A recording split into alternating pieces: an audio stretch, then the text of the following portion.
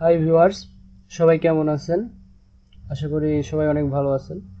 তো কথা না বেড়ে আমরা অবজেক্ট স্ন্যাপের যে দ্বিতীয় পর্বটা আমাদের ছিল, পার্ট 2 ছিল, সেটাতে চলে আসি।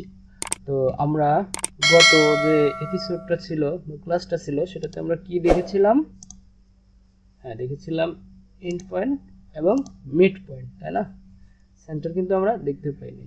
তো আজকে আমরা সেন্টার দেখব এবং যতটুকু দেখা যায় আমাদের দ্বিতীয় পার্টে আমাদের যেগুলো বেশি দরকারি আমরা সেগুলোই কিন্তু সচরাচর দেখব। ঠিক আছে? সবগুলো যদি আমরা চালু করে রাখি এটা কিন্তু আমাদের ড্রয়িংয়ে প্যাচ লাগাইতে পারে, ড্রয়িংকে ভুল করতে পারে। আমি যেমন মধ্যবিন্দু ধরতে চাচ্ছি, সে আমাকে এক্সটেনশন বা একদম ইন্ডবিন্দু ধরে দিচ্ছে, বা এটা আমি আপনাদের দেখাবো যে কি কি প্রবলেম হতে পারে। ঠিক আছে? তো আমরা সেন্টারটা চালু করে দিয়ে ওকে করে দেই। এটা হচ্ছে 23, এখানে এইভাবে অবজেক্ট স্ন্যাপ সেটিং সেম পেয়ে যাব আমরা। আর সাথে যদি যাই, আমরা কিন্তু আগে দেখাইছিলাম যে এইভাবে আমরা এখানে কি পাবো, অপশনগুলো পেয়ে যাব। তো তাহলে এবার আমরা সেন্টারটা চালু করে নিয়েছি, তাই না? আমরা চাচ্ছি যে এই যে বৃত্তের সেন্টার আছে, এখান থেকে আমরা একটা রেখা টানবো। এখানে কিন্তু সেন্টারটা কি হচ্ছে, ধরতেছে, তাই না? সেন্টারটা কিন্তু ঠিকই ধরতে পারতেছি।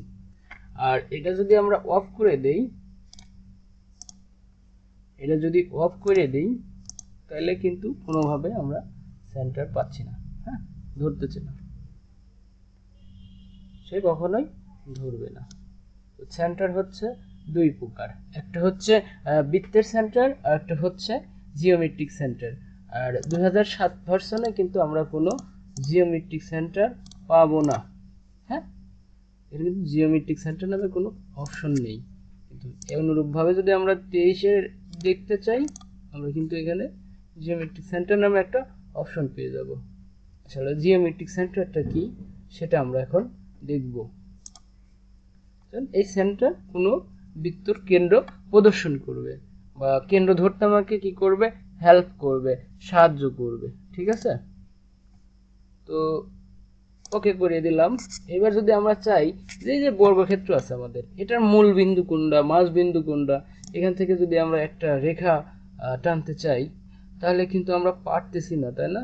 এর তো একটা কেন্দ্র আছে, তাই না? একটা কেন্দ্র তো অবশ্যই আছে তার। তো সেটা যদি আমরা করতে চাই, তাহলে আমাদেরকে কি করতে হবে, এখানে ক্লিক করে, এখানে বা সিম্পলি এখানে ক্লিক করলেও আমরা কিন্তু অনেকগুলো অপশন পেয়ে যাবো। আর যদি সেটিংয়ে দিই, তাহলে আমরা ফুললি অপশনগুলো পেয়ে যাবো। তো আমরা যদি এবার জিওমেট্রিক সেন্টারটা কি করি, চালু করে দেই। এবার যদি মনে করি যে আমরা এখানে একটা দাগ টানবো এই সেন্টার থেকে, দেখছেন জিওমেট্রিক সেন্টার সে ধরে নিছে। হ্যাঁ, চাইলেই কিন্তু আমরা সেন্টার থেকে দাগ টানতে পারতেছি। তো অবজেক্ট স্ন্যাপ কেন দরকার, সঠিকভাবে যে আমরা এই যে এটা নির্ণয় করলাম, আমরা পেয়ে গেলাম এক্সাক্ট ভাবে, এটা কিন্তু আমাদের চালু না করা থাকলে সম্ভব হতো না। তো এইবার যদি আমরা চাই যে এইখান থেকে, এই সেন্টার থেকে এই জিওমেট্রিক সেন্টার একটা সমান্তরাল রেখা টানবো, তাহলে কিন্তু সম্ভব। তাহলে আমরা কি কি দেখলাম, সেন্টার এবং জিওমেট্রিক সেন্টার। ঠিক আছে? তো আমরা এবার নোট কি সেটা দেখতে চলছি। আমরা যদি কোনো কিছুকে কোঅর্ডিনেটে প্রকাশ করতে চাই এবং সেই কোঅর্ডিনেটকে যদি ধরতে চাই, তাহলে আমাদের নোটটা কাজে লাগে। মূলত সাধারণত নোট সবসময় আমরা চালু করে রাখবো না, যখন কোনো পয়েন্ট ধরতে আমাদের প্রয়োজন হবে বা সার্ভে রিলেটেড কাজকর্ম করব, তখন আমরা নোটটা কি করব, ধরবো। কেন ধরবো সেটা আমরা দেখি। হ্যাঁ, যে নোটটা কি প্রয়োজনে লাগবে। সাপোজ আমি যদি কয়েকটা পয়েন্ট নিয়ে নেই, এই যে ছোট্ট পয়েন্ট আছে, হ্যাঁ, যে পয়েন্ট নিয়ে নেই, আমরা যেমন ছোটকালে কি করছি, আমরা কিছু বিন্দু নিছি, তাই না? নিয়ে সেই বিন্দুগুলো যোগ করে আমরা ড্রয়িং করছি। তো এভাবে আমরা কিছু কি নিচ্ছিলাম, কিছু বিন্দু নিলাম। হ্যাঁ, ঠিক আছে।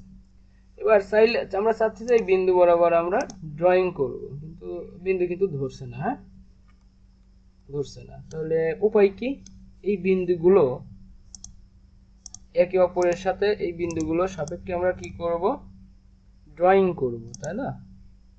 কোন বিন্দুগুলো? মূলত আমাদের এই বিন্দুগুলোর সাপেক্ষে ড্রয়িং করতে হবে। তো কি করতে, এজন্য আমাকে কি করতে হচ্ছে, এই পয়েন্টগুলো আমাকে ধরতে হচ্ছে। তাহলে পয়েন্টটা আমরা কিভাবে ধরব, তো সেটা আমাদের কি হবে, জানতে হবে। তো আমরা যদি নর্মালি এখান থেকে স্ন্যাপ সেটিংয়ে গিয়ে নোটটা চালু করে দেই, তাহলে এবার যদি আমরা এই বিন্দু সাপেক্ষে আঁকতে চাই, খুব সহজেই আমরা কিন্তু বিন্দুগুলো ধরে কি করতে পারবো, আঁকতে পারবো, এবং আমাদের একটা অবজেক্ট আঁকা হয়ে যাবে। আসলে এটা হচ্ছে স্পেশাল কাজ, যেমন সার্ভে রিলেটেড কাজ যারা করবেন বা সার্ভে রিলেটেড যদি কোনো কাজ করার দরকার হয়, তখন কিন্তু আমাদের এই টুলসটা অতীব জরুরি। তো আমরা আজকে কি কি দেখলাম? আমরা দেখলাম সেন্টার, হ্যাঁ সেন্টার দেখছি, তারপরে কি দেখছি, সেন্টারের পরে আমরা দেখছি হচ্ছে, সেন্টারের পরে দেখলাম জিওমেট্রিক সেন্টার, দুই ধরনের সেন্টার দেখলাম। তারপরে কি দেখলাম, নোড। এবার বলি যে এই জিওমেট্রিক সেন্টারটা কেন ইউজ করব। যেমন ধরুন এই বৃত্তটাকে আমরা এর ভিতরে ভরে দিতে চাই, তাহলে কি করতে হবে, মুভ করতে হবে। মুভ করে ভরে দিতে চাচ্ছি বা এই কেন্দ্রে বসাইতে চাচ্ছি বা স্থাপন করতে চাচ্ছি, তো কি করব, এই যে পয়েন্ট চালু করা আছে বিধায় কিন্তু আমরা খুব স্মুথলি ভাবে এর পয়েন্টে বসাইতে পারলাম। কিন্তু আমাদের যদি জিওমেট্রিক সেন্টারটা অফ করা থাকে, সাপোজ আমাদের যদি জিওমেট্রিক সেন্টারটা অফ করা থাকে, এবার কিন্তু কোনোভাবেই কি নয়, সম্ভব নয়। হ্যাঁ, এই যে এটা কিন্তু আসছে না।